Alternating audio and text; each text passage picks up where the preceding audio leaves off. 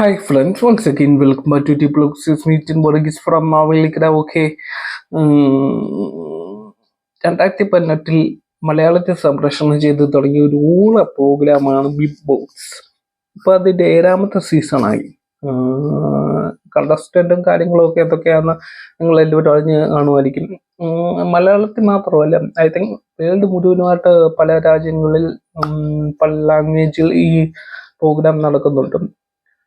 ഒരു ഊള പ്രോഗ്രാം എന്ന് പറയാനുള്ള പ്രധാനപ്പെട്ട കാര്യം എന്ന് പറഞ്ഞാൽ, തൊട്ടടുത്ത വീട്ടിൽ എന്താണ് സംഭവിക്കുന്നത് അല്ലെങ്കിൽ അവന്റെ കുറ്റങ്ങളും കുറവുകളും കാണാനുള്ള ഒരു മനുഷ്യന്റെ ഒരു ത്വരയുണ്ടല്ലോ, ആ ത്വര വിറ്റ് മുതലാക്കുന്ന ഒരു കോപ്പറേറ്റീവ് കമ്പനിക്ക് തുല്യമാണ് ഈ ഒരു സംഭവം. പക്ഷെ അതിന് മുന്നേ എനിക്ക് നിങ്ങളുടെ അടുത്ത് പറയാനുള്ള കാര്യം എന്തെന്ന് പറഞ്ഞാൽ, ഏഷ്യാനെറ്റ് ഈ ഒരു പ്രോഗ്രാം വരുന്നതിന് തൊട്ടു മുമ്പും നിങ്ങൾക്കുമാകാം കോടീശ്വരൻ എന്ന് പറയുന്ന ഒരു പ്രോഗ്രാം ഉണ്ടായിരുന്നു. അതിന് ആങ്കർ ചെയ്തേക്കുന്നത് സുരേഷ് ഗോപിയ കാര്യങ്ങളൊക്കെ ഒക്കെ. അതും ഈ പറയുന്നത് പോലെ ഇംഗ്ലീഷിലും ഉണ്ട്, പിന്നെ ഹിന്ദിയിലും ഉണ്ട്, അങ്ങനെയുള്ള കാര്യങ്ങൾ ഐ തിങ്ക് എല്ലാ രാജ്യങ്ങളിലും ഒക്കെ വിവിധ ഭാഷകളിലൊക്കെ ഉണ്ടായിരുന്നു എന്ന് തോന്നുന്നു. അതിന്റെ പ്രത്യേകത എന്ന് പറഞ്ഞാൽ, അത് കണ്ടുകൊണ്ടിരിക്കുന്ന നമുക്കും അതിൽ പങ്കെടുക്കുന്ന മത്സരാർത്ഥിക്കും നോളജ് കിട്ടും. നല്ല രീതിയിൽ നോളജ്, ജീവപരമായിട്ടുള്ള നോളജും കാര്യങ്ങളും ഒക്കെ കിട്ടും. പങ്കെടുത്തുകൊണ്ടിരിക്കുന്ന മത്സരാർത്ഥിക്കാണെങ്കിൽ അദ്ദേഹം പങ്കെടുക്കുന്ന ലെവൽ അനുസരിച്ച് ഉള്ള പ്രൈസ് മണിയും കിട്ടും. രണ്ടുപേർക്കും, കാണുന്ന പ്രേക്ഷകനും ഗുണമുണ്ട്, പങ്കെടുക്കുന്നവനും ഗുണമുണ്ട്. ഇതിപ്പോ എന്തോ സത്യം പറഞ്ഞാൽ ഒരു മുറിക്കുള്ളിൽ നടക്കുന്ന കുറച്ച് കാര്യങ്ങളും, പിന്നെ ഒന്നാമത്തെ 2ാമത്തെ സീസൺ അങ്ങോട്ട് അന്നുണ്ട്. ഞാൻ ആക്ച്വലി പ്രോഗ്രാം ഫോളോ അപ്പ് ചെയ്യാറില്ല.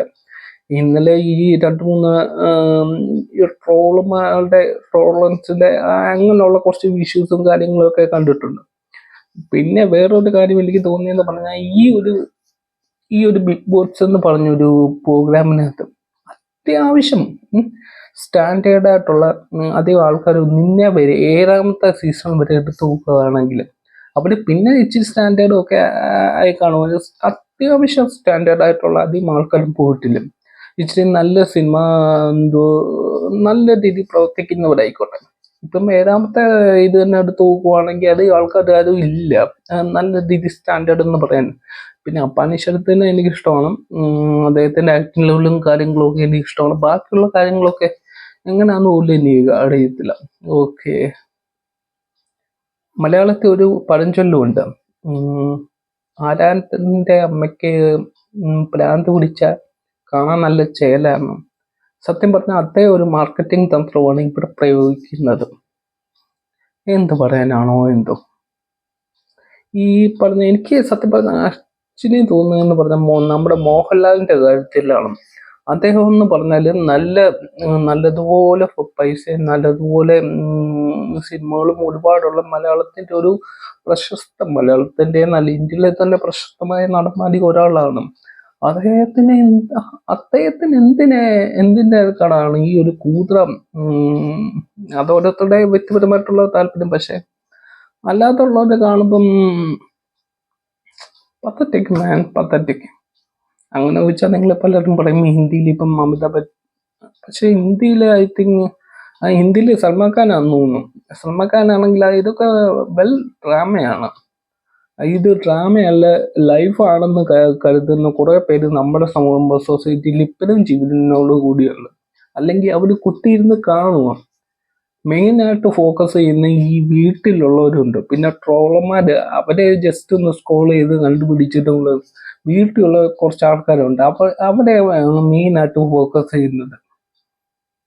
ഏഷ്യാനെറ്റിന്റെ ഈ ഭൂതർ പരിപാടി, ഏഷ്യാനെറ്റിന്റെ എന്നല്ല ഗ്ലോബൽ തലത്തിലോട്ട് ഈ ഒരു ഭൂതർ പരിപാടി ഒന്ന് നിർത്തുവാണെങ്കിൽ, അതേസമയം നിങ്ങൾ സഫാരി TV ഒന്ന് കണ്ടു നോക്കും.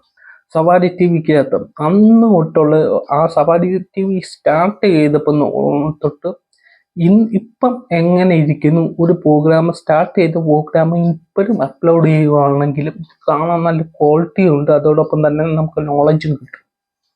Anyway, it's me Tin Borgis from T-Blocks signing out.